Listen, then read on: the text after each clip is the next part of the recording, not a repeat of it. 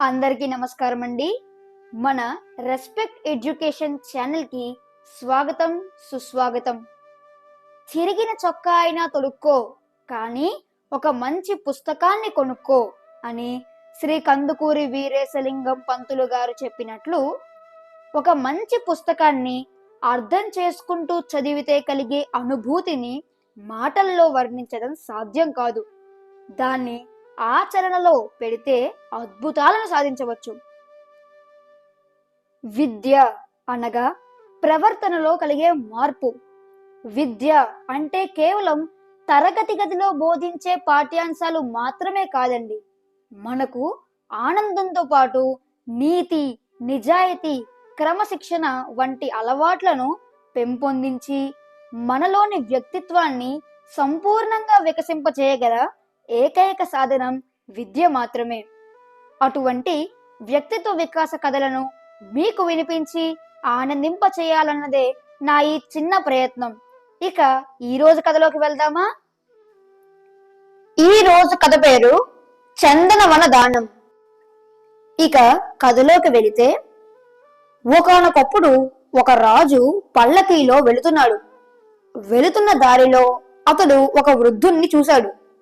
ఆ వృద్ధుడు మూటా ముల్లే అతి కష్టం మీద మోసుకుంటూ అడుగులు తడబడుతూ ఉండగా నడిచిపోతున్నాడు. అంతటి వృద్ధుడు అంత కష్టపడుతూ ఉండడం చూసి రాజు హృదయం ద్రవించిపోయింది. వెంటనే ఆ వృద్ధుణ్ణి తన వద్దకు పిలిపించి కారుణ్యం ఉట్టిపడే స్వరంలో, మీకు ఎందుకు ఈ దుస్థితి దాపురించింది అని అడిగాడు.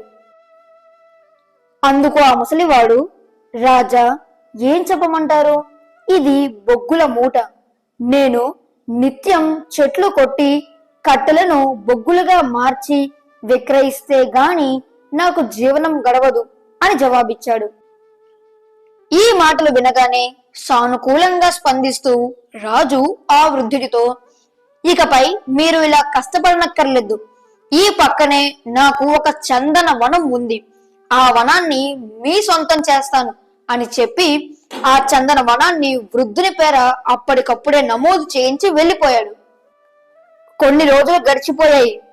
ఆ రాజు మళ్ళీ ఒక రోజు అదే దారిలో పల్లకీలో వెళుతున్నాడు. అప్పుడు అదే వృద్ధుడు మునిపటిలాగానే మూటలు భారంగా మోసుకుంటూ పోవడం రాజు కంటపడింది. ఆ వృద్ధుణ్ణి మళ్ళీ అదే స్థితిలో చూసి రాజు విస్తుపోయాడు. వెంటనే ఆ వృద్ధుణ్ణి తన వద్దకు పిలిపించి, అయ్యా, మీరు చందన వనాన్ని ఏ ధరకు విక్రయించారు? ఇంకా ఎందుకు మీరీ దుస్థితిలోనే ఉన్నారు అని రాజు అడిగాడు. అందుకు ఆ వృద్ధుడు ఇలా జవాబిచ్చాడు, రాజా, ఆ చందన వనాన్ని నేను విక్రయించలేదు. చందన వనంలోని చెట్లను కొట్టి బొగ్గులుగా చేసి అమ్ముకుంటున్నాను.